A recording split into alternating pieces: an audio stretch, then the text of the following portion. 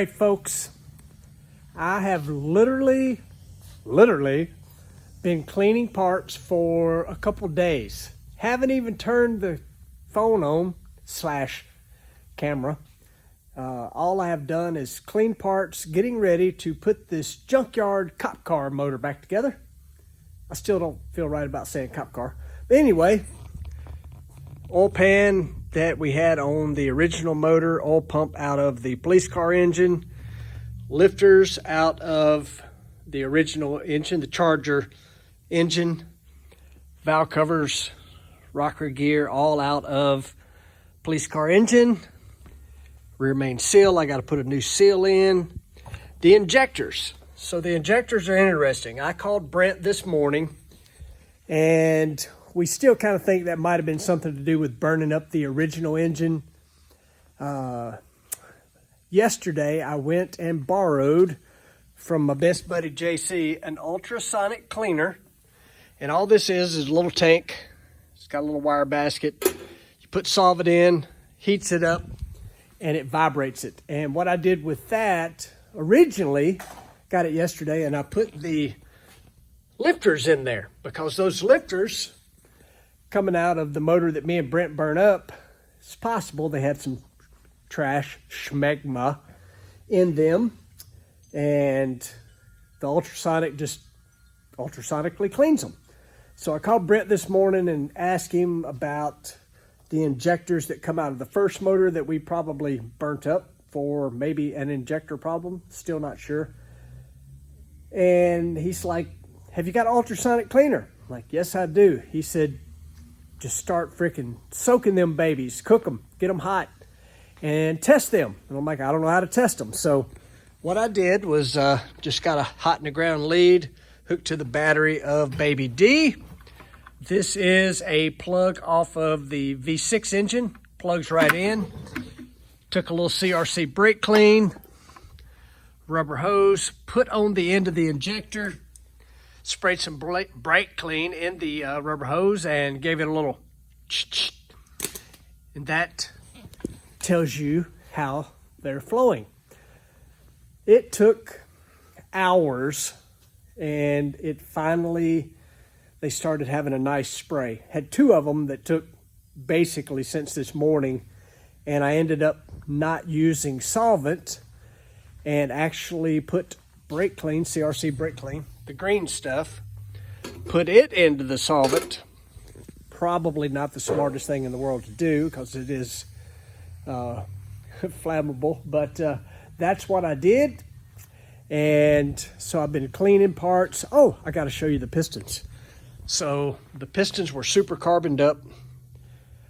I soaked them, kind of the same situation, not in ultrasonic. Just soaked them, cleaned them, got them nice. And let me tell you, some of the carbon in the rings was like concrete. So that was a process that kind of did that yesterday. The other thing I did today was really wash the block really nice. I taped this bad boy up and sprayed her up, got her looking nice. The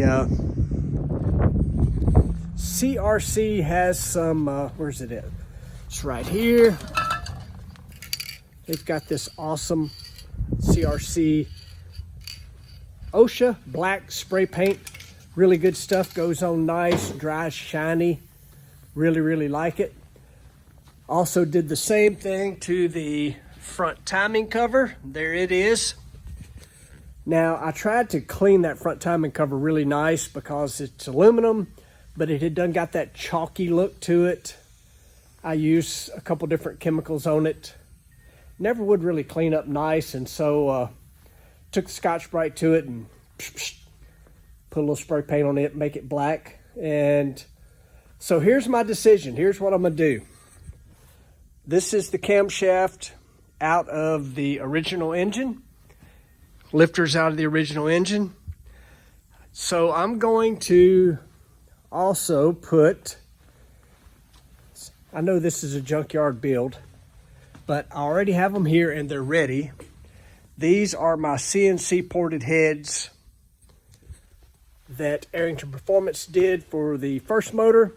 And since they're here, they got a valve job already. They are ready to go. I will put those, the cam, lifters, top timing gear, because it's already got the limiter in it, because this is a variable valve timing engine, and with the limiter in there it stops the cam timing from moving, because we're not using any sort of system for doing that, so that locks it out. And that's what I'm going to do. Oh, the other thing, I did get new bolts. There's rod bolts, main bolts, and all of that, so that we can put new bolts in this thing. Man, I'm really so tempted to to put pistons in it, but dadgummit, just put this thing together and make it run. I don't expect it to be super fast or anything like that. I just want to get an engine in here, get it running while we are waiting on parts for the engine from Arrington Performance, which will probably be back about the time I get this thing done. But no matter what, we're going to have an engine put together, waiting on a couple things to show up so that we can do that. So a lot of the important part of putting an engine together, even if you're doing a junkyard engine with a dingle ball hone at home, is making sure it's clean as best you can without having a hot tank and that sort of thing. What I did with the block was soap, water, pressure washer, and then immediately, oiled it to keep it from rusting. And so we're getting there, one little step at a time. Everything's clean and shiny, and I'm waiting on the rings and bearings to come in, but I am starting to do a few little things that I can get done so that when those parts come, I can start assembling. What am I doing today? I am putting in the Mds Delete, which is just simply a little plastic deal that goes right in the intake valley. And I'm not sure, yeah, you can see that. See this hole right here? So there's oil flowing through. And with the stock ones, it's basically a solenoid that opens and closes. And when it opens, it just takes the oil off the lifter, which makes that cylinder stop running. And I talked about this a little bit already, but I think that is why the Gen 3 Hemi is known to have cam and lifter problems. And this simply deletes it. You just put this thing in there, tap it down in there, and now that little hole is blocked off. And those lifters receive oil all the time, which keeps the valves opening and closing. So I'm just kind of knocking away at stuff. Like I say, got all of our parts laid out that we have. They're clean, ready to go. But while I got you guys, I thought I might as well answer a question today. And let's just see here. Ash Dean asked, what would happen if you put the throttle on full when in reverse? Could you spin the tires up, etc.? Well, Ash, let me just tell you this. My very first race in a Top Fuel car was at Route 66 Raceway in Chicago, Joliet actually. And I was driving a car that had a one race sponsorship deal that Peter Lehman had put together, the Chicago White Sox car. I had made, I don't know, I think it was 8 runs to get my license, something like that, the week before. So it's not like I was a veteran and knew what I was doing at all. So I am actually the first Top Fuel car that ever pulled out onto the racetrack at Route 66 Raceway. Big deal, first race at this beautiful facility. I do my burnout, and when I stopped from the burnout, I felt, and I shouldn't have felt anything because I didn't know anything. I'm a rookie, I don't know nothing about Top Fuel cars, but I felt like this thing was idling way too fast. In a Top Fuel car, you have a toe loop. In other words, you kind of insert your foot into the throttle, and across the top of your foot, there is a piece of tubing so that if the throttle were to hang wide open, you have the ability to pull it back closed. Well, because after I do my burnout, I feel like the car is idling too fast, I start to pull back on the throttle. Well, when you're setting in a top fuel car, let me tell you, you are really, really strong. I pulled back on the throttle apparently really hard. I actually, where the throttle cable attaches to the pedal, let me go this way, it's a Hemi joint, a little 5/16 cable, and when I was pulling back, I actually bent it under, which in turn blipped the throttle. Thank goodness, what happens if you give the car throttle in reverse, it breaks the reverser. While that reverser is super strong when it's in forward gear because it's attached directly from the crankshaft, so to speak, right to the rear end. When it's in reverse, it's a set of planetary gears, which is what makes the car back up. Those planetary gears are not that strong, and it's a very good thing because when I blipped the throttle, thank goodness it broke, and all it did was like, whoop, and broke. Thank goodness. I was embarrassed, ready to go get my job back at Kroger driving the forklift, and I got to go visit Mr. Buster Couch. If you follow drag racing, Buster was the NHRA starter for many years, and he controlled the starting line with an iron fist.